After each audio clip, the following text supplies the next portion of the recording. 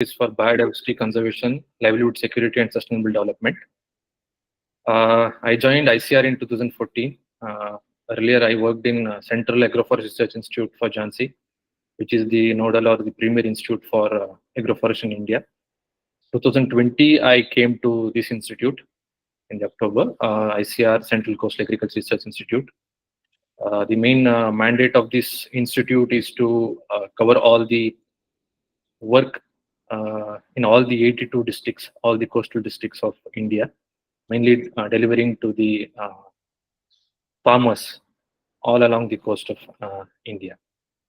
So I think many lectures has been already completed. So when you remember or when you talk about coast, you usually think about these things like beautiful beaches and coconut trees. If I think if many of you have visited Goa, they would have seen this type boating, coconut, all happy life and everything. Many people wants to visit, they can see these as seen and everything. So this is the one part of Goa, which is one part of coastal ecosystem where tourism is one sector. But there is another part, what we call the other coastal ecosystem. So I just want to give an overview of this coastal ecosystem. So the coastal ecosystem is spread over 9 states, 2 union territories, and we have around 82 districts.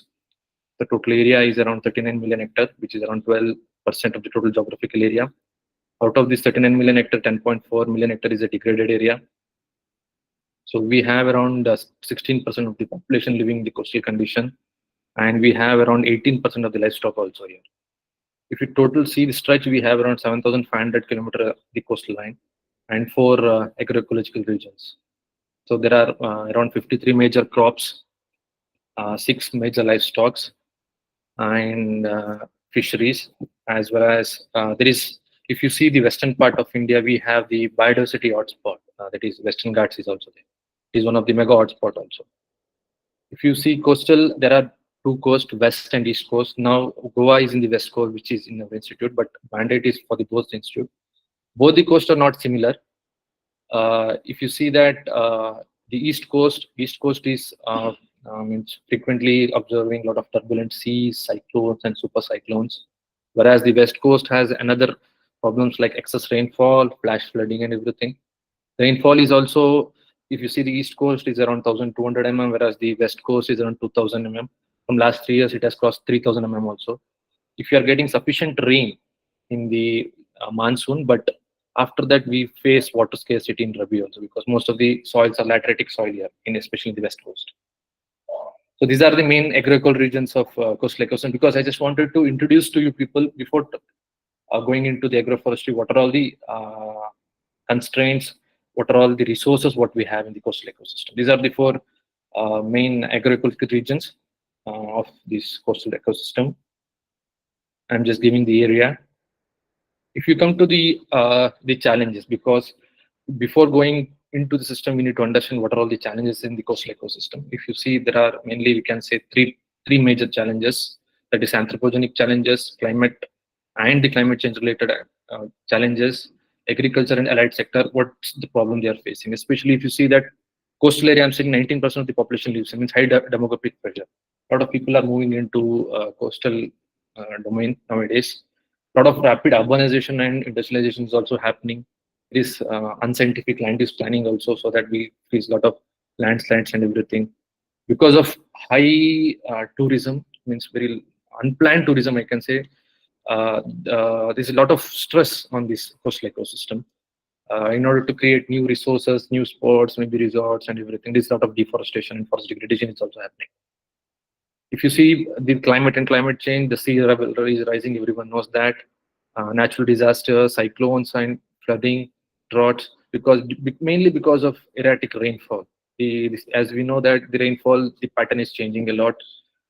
There is a lot of tidal inundation, coastal erosion, accretions, many things is happening. If you come to the agriculture and allied sector, where we are mainly focusing on, the farmers are small and marginal landholding. There's a lot of shortage for fodder, vegetable, and food, because mainly most of the country mainland, non-destructive livestock are there. Commercial poultry is not feasible, mainly because of humidity. And fishery sector scientists are complaining that this is reduced catch in the fisheries, and sea water is ingressing, and also the saline, because of the saline water intrusion, the normal land which was valuable contribution is also difficult to work on. These are the some challenges in the coastal ecosystems. If you see, the another part is the land degradation. In land degradation, we have around 10.4 million hectares degraded here. West coast we have around 2 lakh hectare, and the east coast around 1.3 hectares. So critical concern, the degradation is mainly because of water erosion and seawater intrusion, waterlogging, soil salinity, acidity. If there are some places, mining is also there. In the west east coast, if you see, there are cyclones and super cyclones are also there. That is the major problems. These are already some analysis has been done based on the what is the problem, the actual problem, climate change vulnerability. So you can see these in certain patches. If you see, especially the east coast, the red color, they are more vulnerable to these things. So sensitive analysis has been done. Coming to our system, where we will be dealing mainly with coastal agroforestry, and since is the if you're halfway through the training, most of them would have understood what is agroforestry. I need not to explain, and I think most of them are into assistant professor, associate professors. They know this. Simple definition is agriculture with trees, and multiple benefits. What we get, we know each and everyone know because of integrating trees. If you see the major agroforestry practices in India, and I'm just trying to say in Southeast Asia, because Southeast Asia there is a lot of coastal arena is also there. In India, the major systems what we see in coastals are home gardens, hedgerow intercroppings. The major system is the major portion is under plantation-based multi-story cropping systems, silviculture system. Shelter belts and windbreaks are there, but mostly the farmers are not practicing. Mainly, what we call the government is taking that action. Woodlots, live fence and edges. In other countries, there are forest farming, mixed spices, plantation, Tongia, and there are allied cropping also. There are mainly these are the major systems which are there in the coastal arena. So percent area of agroforestry, if you see based on FSI 2013, if I just want to show you, east and west coast, we have around 18% of the agroforestry area in India. Just want to show you. And recent publication from Arunachalam sir and his team from Kafri, they say that around 24% of the agroforestry area, means the total area, is in coastal area. That is around 11%, around 12% in east coast, and 14% in this thing. So it is a very large area. So, and as such, coastal agroforestry, not there has been not been much explored. Few people have reported few studies that agroforestry exists in system, but as such, studies have been recently only have been initiated on this aspect. So what we have done from last 2 years after coming here, I have tried to identify the major systems in the coastal domain. So what I have observed is that the major four system what exists in this coastal domain is one is hedgerow intercropping, another one is home gardens, mainly especially in the west coast in Kerala, some part of Uttar Kannada, and also in Goa, and also some part in Konkan region, Maharashtra also. And plantation-based multi-storage, and this is the dominant system in coastal region. And in certain part, we have silviculture systems also with plantation crops as well as with the other tree crops also. So this is the home gardens. I think most of would have, especially I've seen that there are participants from Kerala, they would have seen these things. Mainly home gardens are as the, if you go by the meaning, garden near the home, to be simple. So it is mainly the system established for the subsistence farming to meet the demand of the family living in and around. If you see that it is rich in biodiversity. If you see just two these pictures, one is from the east coast, one is from the west coast. In Kerala, you can see the species. There is banana, there is pepper. You can see coconut, arecanut, and elephant foot yam. The left and right side, if you see here also, you can see coconut, arecanut, papaya, and many more tree species. So you can see it is very rich. The main focus is mainly, if you come to it, based on Sharma and his workers, they have this is a very good paper. If anyone want to prefer, they can read this paper. It's very nice about home gardens. If you can see home garden, the benefits what we get is we get fuel wood and timber. If you have livestock, you can get the milk, and animal waste can be used to nourish the soil, and a lot of fruits, vegetables, and tree also helps in carbon sequestration, and a lot of livelihood opportunity. And women are also involved. Mainly, the women are involved in the systems in doing the requirement of their house. So if you see SDG 2, that is Sustainable Development Goal 2, we have around 17 Sustainable Development Goals. In that, they say that the home gardens contribute mostly towards sustainable food, means zero hunger. So you can see this, and the same authors have shown that how this not only sustainable SDG 2, it also contribute to meet all the 17 goals of or if you see in poverty dimension or development infrastructure, sustainable consumption or production, ecological infrastructure or institution, everywhere these home gardens helps in meeting the sustainable development goals.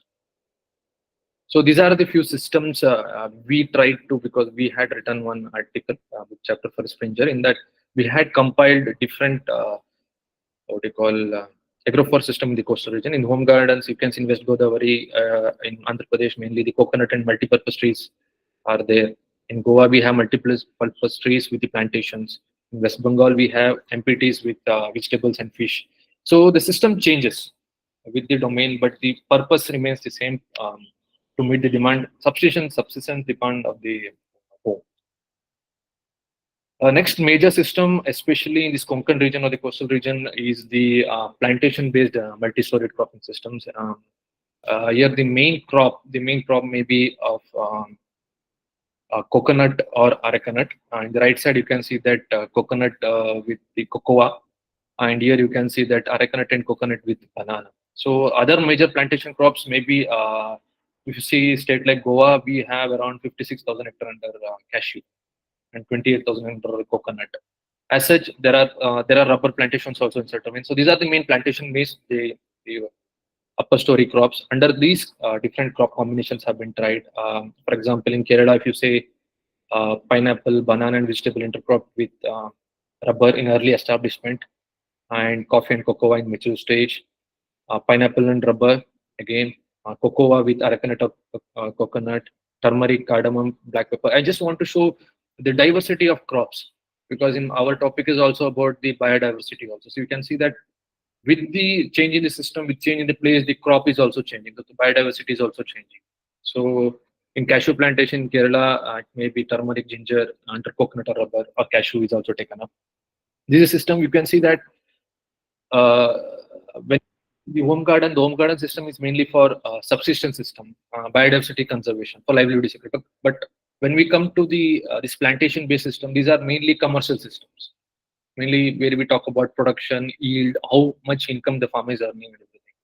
So second thing is that because of high diversity, the livelihood security is also increasing.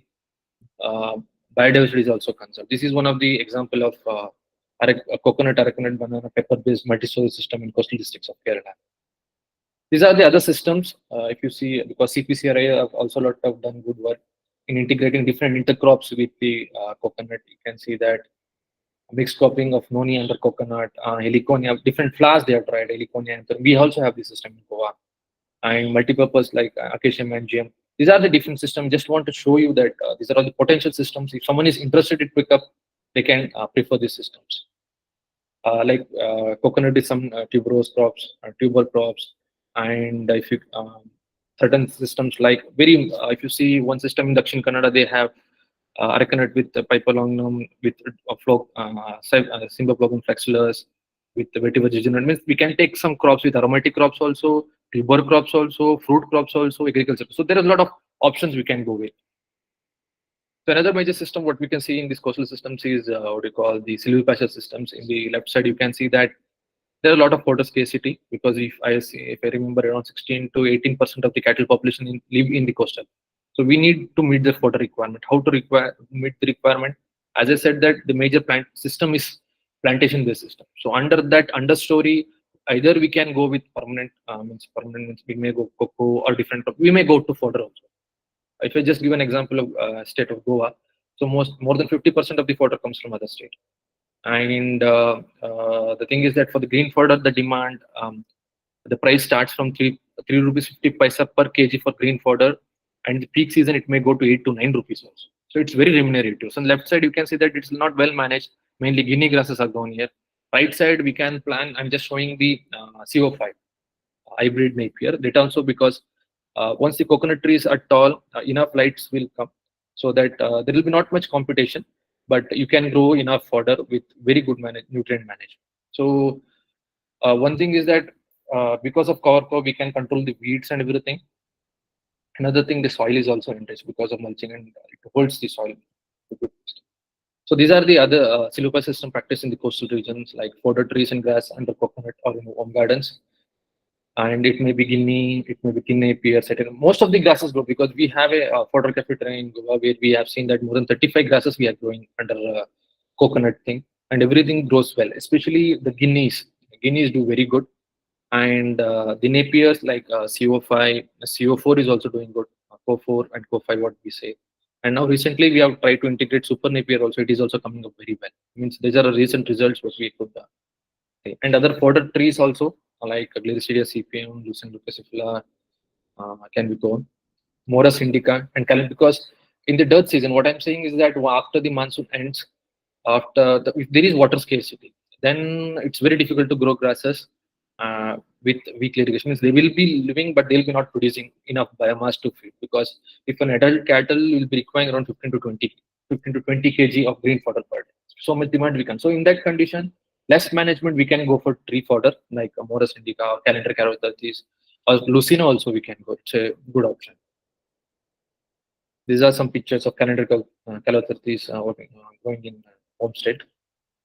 Another major cropping system, what the agroforest system, what we see here, the edge row intercropping. The plant one is that under plantation crop, different crops are grown under different tree species, like maybe Ilanthus trifasa and ginger is grown, or medicinal or aromatic under shade, turmeric under Dendrochilus strictus. So bamboo is also one of the potential crop here in this, especially in the Konkan region in this west coast. We could see that especially Dendrochilus strixa and Dendrochilus toxa is the major, which is the solid bamboo. Under that different initial period, 2 to 3 years, we can take up good crop, different crops we can take. These are the major ecosystem. I think most of the authors would have covered this. Here, another prominent system, what we observed is that, especially in this Kudal and Sindhudurg area, which is the Konkan plate, cashew and Dendrochilus toxa is grown together. So both are beneficial, and they also got very good income out of it. There are some more examples of these systems, especially the edge row intercropping systems like mango or sapota, or mango or cabbage. These are different cropping combination they are tried. So we have written a paper. If you want, I can share that link with the organizers also. You can go through these the major systems. Other agroforest systems, mainly the shelter belts. What I've observed in last 2 to 3 years is that farmers has such, because in the east west coast we don't have much of problems of cyclones or super cyclones or wind damage. So the farmer don't go up. But the as a government organizations or the forest department or the coastal zone authorities, they take up these shelter belts or windbreak activities, mainly to reduce the wind speed. And mainly casuarina. Casuarina is the main plantation which go. And also the mangroves also, different types of mangroves also they take up. And in Andaman, it's mainly not the coastal, but it's what you can say it is the island ecosystem where you can say farming in forest. It is also one of the major system. And certain areas we in Goa also we have some casuarina woodlots, other systems what you can say. And live fences and edges we have seen everywhere. I'm not just showing that it may be in Gliricidia, Erythrina. You can use it as a live fence. There are certain pictures of it's Kerala only. It's cardamom grown under shady trees in hilly areas of coastal Kerala, like eucalyptus woodlots in Puri districts of Odisha. These are all I've collected from different sources. So I want to thank each and everyone who have shared this picture with me. And aquaculture, mainly along the farm bund, we can grow this coconut also. So this is a picture in Trishur where there's a picture of aquaculture. So since we are in the coast, we have a lot of mangroves. So mangroves also can be used as such, especially for mainly we need to integrate with the aquaculture. fishery scientist and everything. You can integrate with him, and you can go for fish culture also. So another major system which is prevalent in Konkan region is the plantation-based system only. It is called as Kulagar. To be honest, it is like a traditional. It's a traditional system, like a home garden, but at a larger scale. If your home gardens maybe for subsistence, this is a commercial scale in a larger area. Basically, Kulagar means Kul means a family, and Agar means a storehouse. It is a very old traditional system. Mainly, the main crop is of arecanut is the major crop. Along with that, we have coconut also, and along with there are many other crops. It may be local vegetables, fruit, spices, medicinal plant. Mainly, the purpose of the system is to meet the need of the family, and whatever the excess is there, to sell that to the in the market. So that is the main purpose of the system, and it is a very age-old and time-tested model of this region. You can see, say, and mainly spread from the around Konkan region of Maharashtra, Goa, and Karnataka. And it is very successful. And there are farmers share that, especially in the COVID time when everything was closed, nothing was happening. They were not able to get any vegetables or anything.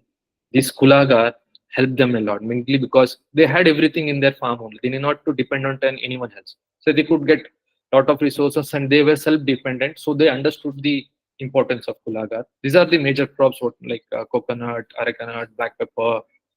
They have nutmeg, a lot of spices also. They have nutmeg is a very premier crop, and chilies, bananas, pineapple, jackfruit, and this is the red amaranthus. Because red amaranthus consumption, leaf vegetables is also there. These are the major crops. Along with that, we may also see some teak, some mango trees.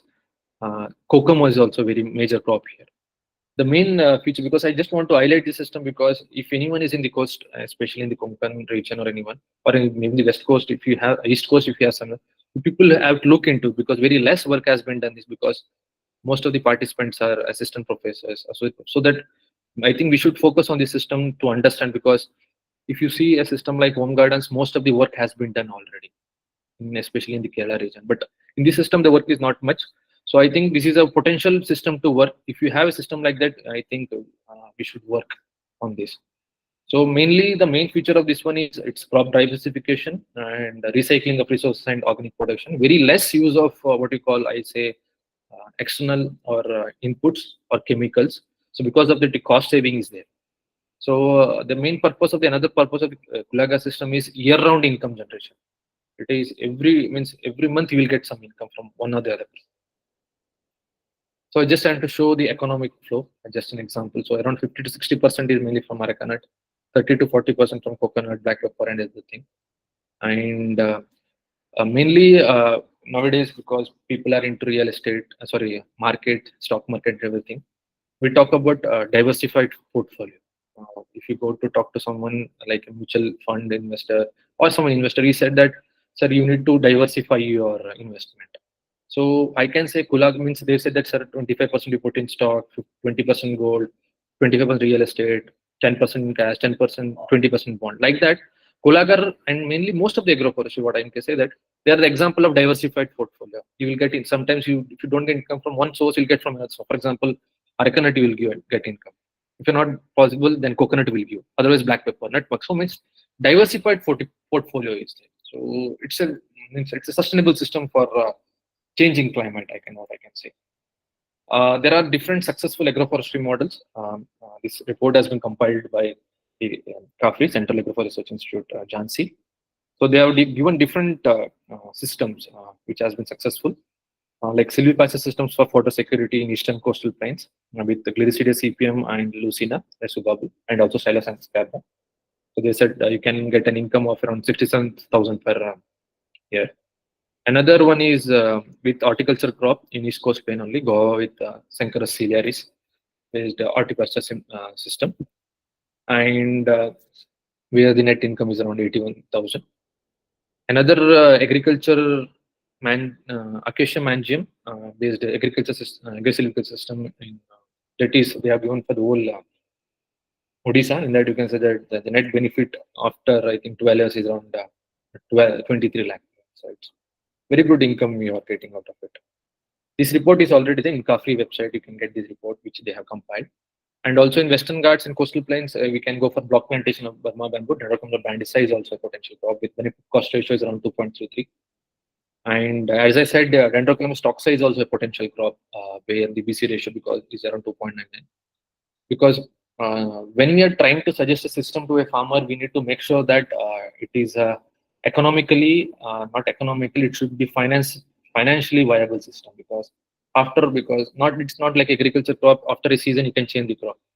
After 3 4 years, if he's not able to get enough income, then he will be under very great trouble. So we need to make sure that the time tested models and validated models should be given to the farmers. These are all the models what we can suggest because this Kafri has given these models. Another one, jackfruit and acacia based silvia horticulture system in Kerala. This is also a very good system. Silviculture systems again in Kerala like Morus indica and Calendar Carothorthis because these are all the fodder trees, very good fodder trees, mainly for the goat. Mulberry is really good. The benefit cost ratio is around 4.07%. It's very good. 1 rupee, you are getting 4 rupees back. Very good investment you can get. And coconut based horticulture systems in islands and especially in Kerala, they are also trying to integrating calendar care. This is also very good crop. Here also benefit cost ratio you can see 2.7. When we see one is the benefit cost ratio, the financial viability, and also integrating tree also will also help in enriching the environment also. That also we need to see. And in Odisha, like Melina arborea based agri-silviculture systems also with along with that pineapple, ginger and turmeric, we can go. And the BC ratio is around 2.3. It is also very good systems. Here what I'm trying to show is about the diversity of our agroforest system existing in the coastal ecosystem. So if you see in home gardens, I think it's more than 100 species are there. If I start counting these things, more than 100 species are growing in home gardens.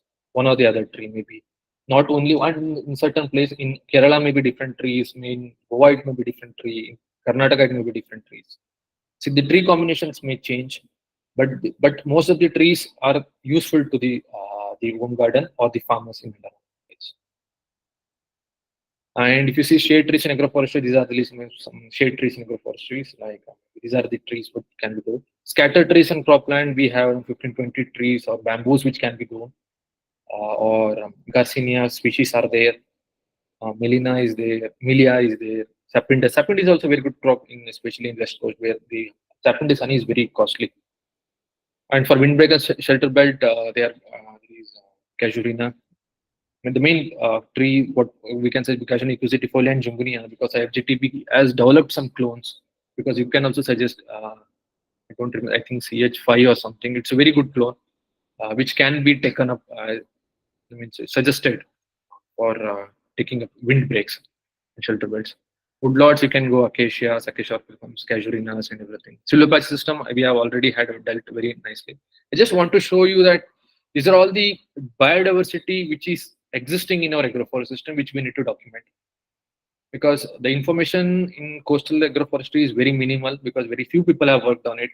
And it's a very potential area to work. If you are in coastal ecosystem, I please request you to start documenting the system, writing paper on that so that people will understand because in the changing climatic scenario, the agroforestry will be one of the best option to cope up the climate change scenario. I'm just trying to showcase you the because when we talk about my topic is only biodiversity conservation, livelihood, security, sustainable development, but we also need to talk about environmental security also. So environmental security means we need to think when we're integrating the system, whether these systems, because nowadays, if you see the newspaper or ICR as such, it's mainly working on generating carbon credits from agriculture. And agroforestry is one of the best option because it's agroforestry is best for mitigation as well as for adaptation also. And it's very easy to generate carbon credit. So you can see that in tree-based support system in Kerala, you can see that total carbon is around 6.89 megagram per hectare, 3.7. So it means in the biomass, in the soil, you can see it is 63, 68. So it's a very rich source of carbon also. So what we can do is that through carbon credit policies, whether we can encash these benefits, we need to observe. Maybe from the central government or from the state government policies. We need to observe that. We need to understand this. Silviculture system also I'm telling you, see, it's around 1.68 total mega per year it is, and around 32 to 64 megagram per hectare carbon. Home gardens are a smaller place, maybe 0.2, 0.5 hectare, but they are also very good source where sink for the carbon. Sorry, I'm just saying source, but sink to harvest the atmospheric carbon. Plantation crops also, agri silviculture also. I'm just trying to show you the potential of our agroforest systems in sequestering carbon. So one major aspect what I need to uh, showcase here or want to explain here is that when we start working in the coastal terrain, we have that hilly part also. In the hilly part, it's very difficult to manage the soil and water because there is a lot of erosion and a lot of depletion of the top soil. So in this condition, our institute has been working for many years of different soil and water conservation measures. In this, they have standardized that continuous contour trench uh, can be one of the good option to reduce the soil with the different vegetative barriers because we need to conserve the soil. Without soil, it's very difficult to grow. And we could see also that there is an increase in good parameter, means growth parameter is also in that, and reduce the nutrient loss. It means if you see that under coconut, we could see that runoff and soil loss under circular trenches where you can see that at reduced to 15.6% and soil loss by 2.8 tons per hectare. It's a very big thing. So so when we are going for a tree plantation, because initial period it will be very means there will be no cover anything. So it will be exposed to erosion and everything. We need to make sure that what is that proper soil and water conservation should be followed. Here you can see that this is under cashew. They have done continuous control trench. This is the initial. This is the small things. What is cashew plant? This is the established plantations. You can see how nicely it's gone. So you can see that it was established in 19%. Under this, we can take different shade crops. It may be turmeric, ginger, or you can go for fodder crosses like guinea also. So cashew nut yield also increased by 126% compared to the control, and carbon stock was increased by 140%. So it's a so with soil and water conservation and proper biological measures, we can increase the soil organic carbon income, and also we can reduce the runoff by say 44% and soil loss by 11.3 tons per hectare per year. It's a I just wanted to give a glimpse of this. So already I have explained how means when you have seen that a table of number of trees which has been conserved or utilized in our agroforestry coastal, maybe in the home gardens, more than 100 trees, different combinations. We have 20 trees, 30 different types of trees have conserved. So what this basically, these coastal agroforest systems, like these all trees, what helps in that they will try to create an diverse habitat and which will support different types of animals. Not only the animals when we talk, not only the agricultural income-based animals, not the dairy animals. Other than that, the birds, small mammals, small cattle, these are also important. These are also are living along with these systems. And especially when we talk about most of the species, what we have seen are indigenous species. So promotion of native species also enriches the biodiversity and also the associated wildlife also. And because of our coastal agroforestry system, we can, because when we talk about arecanut and coconut, they are mainly pollinated by insects. So having other types of tree species and diversity, they will try to provide what you call the food, the nectar, pollens throughout the years for the bees. So pollinator support is also will be an additional benefit what we will get by conserving the biodiversity in our coastal agroforest system. As we know that agroforest system also helps in carbon sequestration. I've shown the tables how much is the capacity, and also helps in flood control. And certain areas where, as we know that there a lot of fragmentation is happening between forests, especially in the Western Ghats.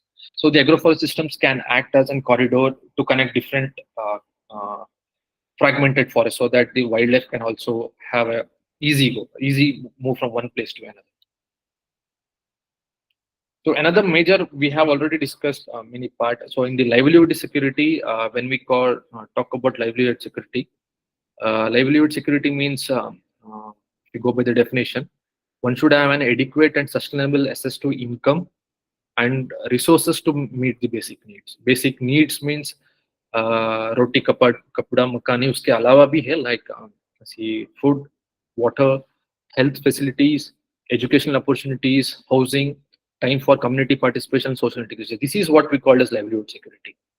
Income may be one part which will lead to the other benefits also. We should, when we think of a livelihood security, we need to see, for example, if you're integrating the trees in a small research in agroforestry, it helps in increasing the agrobiodiversity as well as conservation of natural biodiversity and diversity. So what we get is that food will get, soil health will be maintained because of soil fertility will be increased. So water also be conserved. So what happens because of this, the productivity is also will increase. So cost of production will reduce because of minimal things. If you have livestock productivity will also increase. People working under shade, their labor productivity also increase. So because of this, income will also increase, followed by food, nutrition, because when we see the home gardens, you can see the nutrition security they provide. So when we think about livelihood security, we need to think in this whole angle. So diversification of income will happen when you follow coastal agroforestry.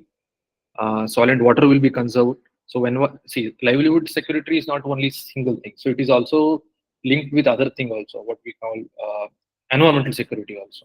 So if we have the environment is congenial, then only we can talk about livelihood security. So it is very helpful in climate change resilience, enhanced biodiversity. So each and everything is linked.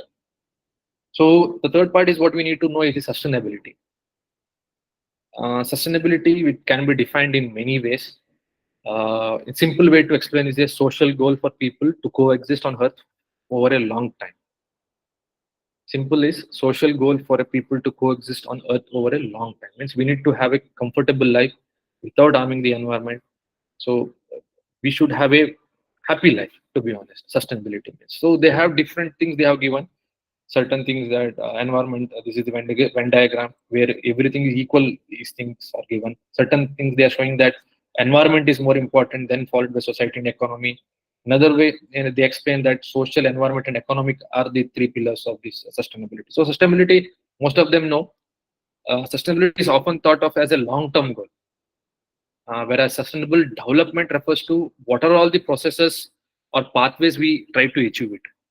What are the processes? For example, earlier we had Millennium Development Goals. Now we have Sustainable Development Goals. We have around 17 Sustainable Development Goals, which I'll just try to explain. Here I would to just explain, just want to show you one thing.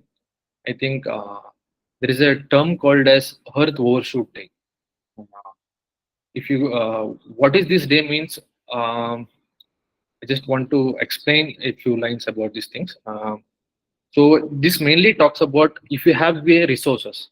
For example, in 2024, we have resources to alleviate resources up to 2024. Everything, all the resources on planet Earth. So how much time the human beings will take to exhaust it, in simple meaning. For example, in 2022, we exhausted the resources by 28 July only. Only we had resources, means I'm just giving, they're giving example that by 28 July only we have exploited all the resources which has to be utilized. If we go by in 2023, we exhausted the resources by 2nd August. It's mainly because of the living quality and what is the per capita emission of carbon. Everything is taken into account. So if you go by the living style of USA, we will be requiring 5 Earth more. Australia around 4 Earth. China, it's around 2.2 Earth is required. The way they are having the lifestyle in Delhi. India still it's okay. We require only 0.7 Earth. So we are okay. In the right side, if you see this chart, if you see, because we are talking about sustainability, if we have lifestyle of Qatar, so the resources for the year, 365 days resources will be exhausted only in 40 days. If you are in Luxembourg, by February 14, by Valentine Day, you'll be finishing all your resources. There is nothing to say. So based on this, you can see that at present, we are living on one Earth, but we'll be requiring 1.7. We are utilizing resources of 1.75. Means we are over exploiting the resources. That means the doomsday is sure. So we need to talk about sustainable practices, sustainable management, sustainable lifestyle. So we need to see how we can change our habits and everything so that we can achieve the sustainability. So we can, if we come to agroforestry as such, as I said that we have 17 agroforestry goals, sorry, sustainable development goals. In that, as such, when we are seeing that agroforestry helps in meeting around nine developmental goals. You can see that no poverty, zero hunger, good health and well-being, gender equality, clean water and sanitation, affordable and clean energy, responsible consumption, climate action, and life and land. These are the goals, major goals. These agroforest systems helps in meeting sustainable development goal by 2030. For example, if you take poverty, so if you see that around 736 million people are living in poverty. So practicing agroforestry integrating means at least they will get enough food to eat. One thing. And for second one is zero hunger. Mainly, if we have tree-based agro systems, so the monetary benefits and food will be provided, so the hunger can be taken care of. When we talk about SDG 3, where is good well-being and good health and well-being. So because of practicing agroforestry, we'll get nutritious food, supply of medicines, clean air, reduced heat stress. These vegetative barrier act as a air filter so that the dust, microbial things, and everything can be stopped. So we'll have a good health. Gender equality means if you see that around now also around 3 billion people are dependent on firewood. So if you see in certain places, the women are the main collector of these fuel wood.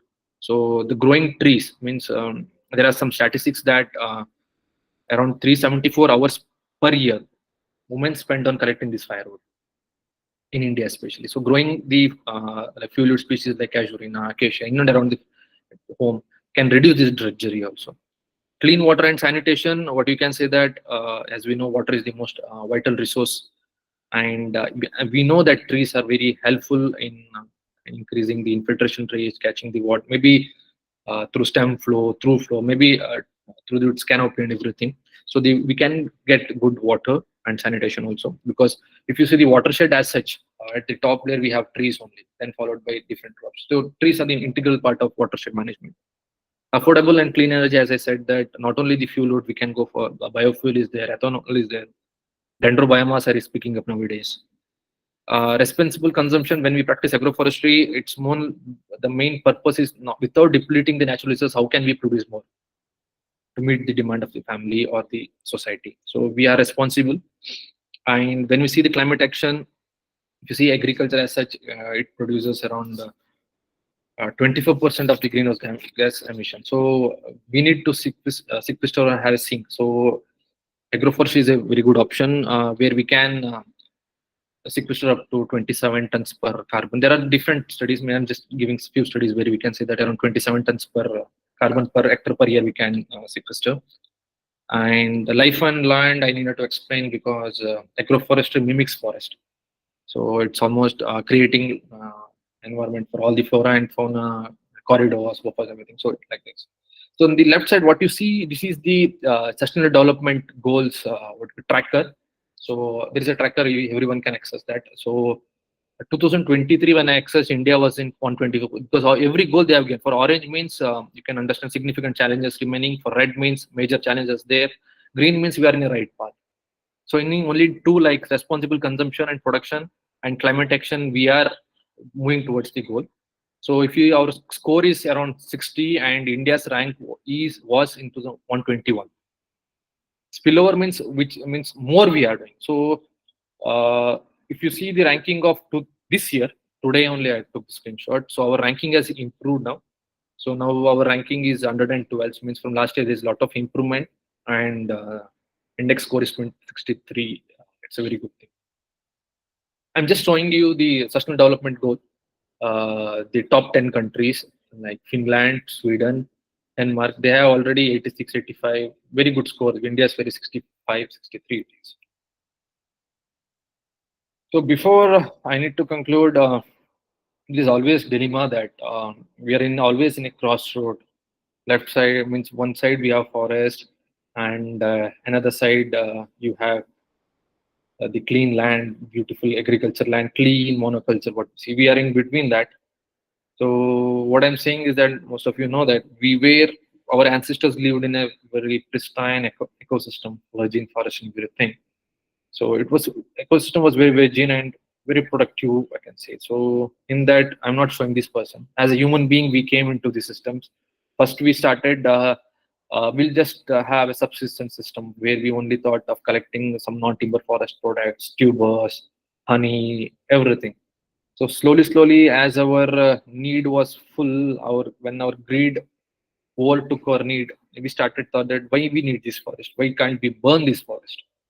Especially why we need to burn this forest so that we can integrate some, we can grow our own crops like maybe coffee, tea, all the agricultural crops we can integrate.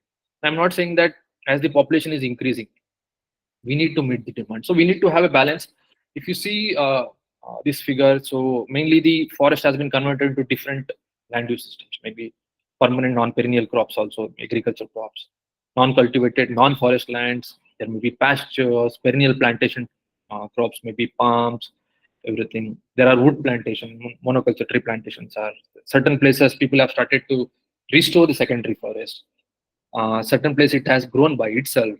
And another thing, what we are a permanent ecosystem. My suggestion is, my thing is that we need to balance between everything. We need to conserve the environment. We need to have a livelihood security also. We need to have an environmental security also. We need to have a sustainable development also.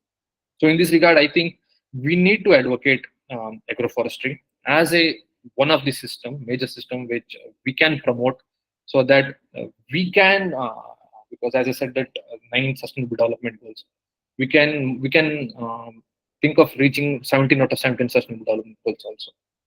So I need to conclude that agroforestry is was also the future farming of the planet Earth, which will help in meeting our sustainable 17 sustainable development goals. We have many time because we have a lot of traditional systems also. As I said, Kulagar is a very traditional system. We need to take in farmers are practicing it, but we need to give a good intervention so that how we can take it to a larger scale. We need to see the scalability also.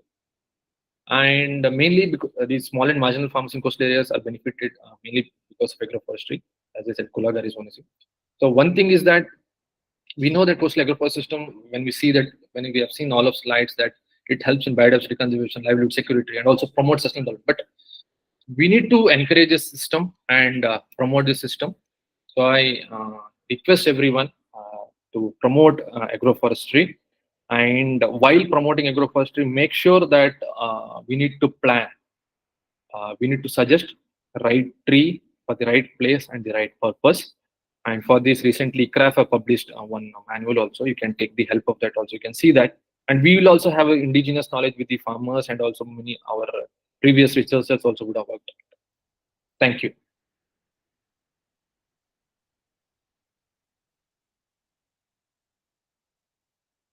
Uh, Thank you. Madam, someone is there. It's, time is over.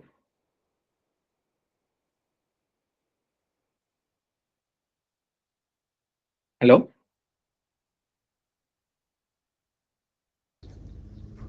Thank you. Thank you. Thank you very Thank much, you very Dr. much. Otafa, for a very engaging and nice presentation, giving an overview of various coastal based agroforestry systems and their relevance in realizing sustainable development goals.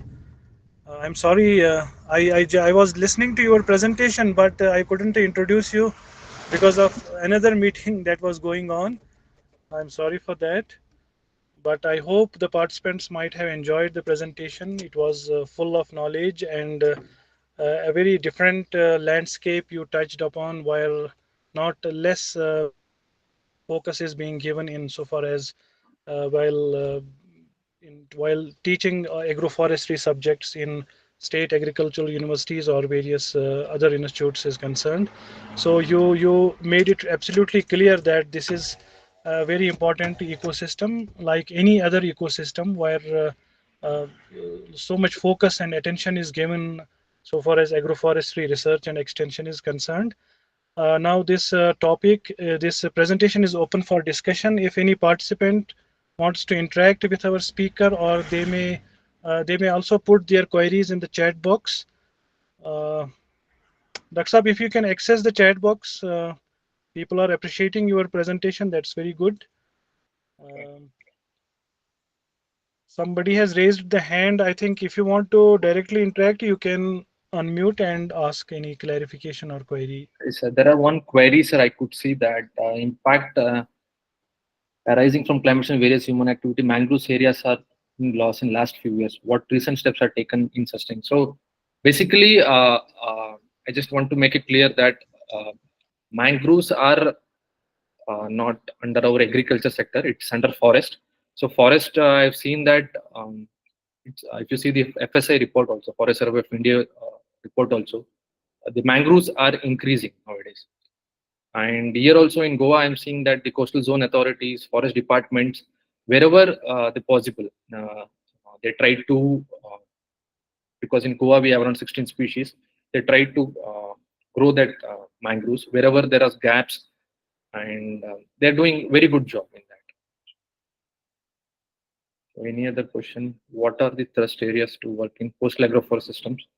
I think Venkatesh sir, we had, I think 2 years back, we had an interaction based on what to work. I think in my presentation, I have stressed on certain aspects, mainly in coastal ecosystem. As you also know, since you are in the coastal ecosystem, mainly is the plantation-based systems we need to promote, because it's a very diverse system and remunerative system also. And another good thing is that farmers has been practicing it from, means very very long time, so they have very good knowledge also. Another thing is that in coastal system, what we also, another thing, silviculture system is also another thing where we need to focus a lot, because fodder scarcity will be a major challenge in future. Not because Suil sir is also from IGFR, he knows that fodder is one of the thrust area where we need to look into it, and the interspace area of, of plantations, maybe coconut, arecanut, or cashew plantation also. Since I was just briefing the audience that in summer, means the fodder, green fodder demand starts with a price of 3 rupees 50 paisa a year, and the peak demand it may go to 8 to 9 rupees per kg. You can see that with less management, the farmers can earn income also. And fodder grasses, most of you know, it's a very good.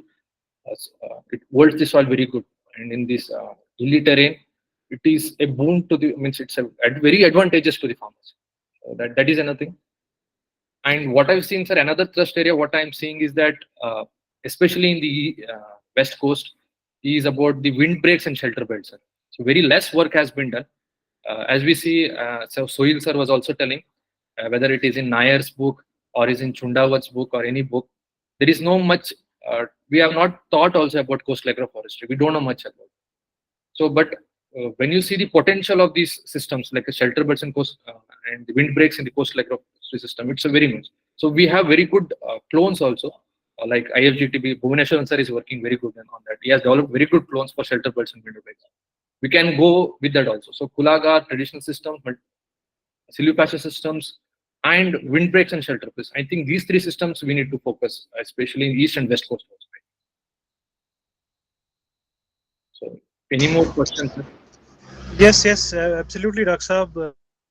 Mentioned, these are very focus areas, and very less attention is being given to these areas. We have a special lecture on shelter belts in the coming days, and also tomorrow we have a lecture on various what are the various fodder based interventions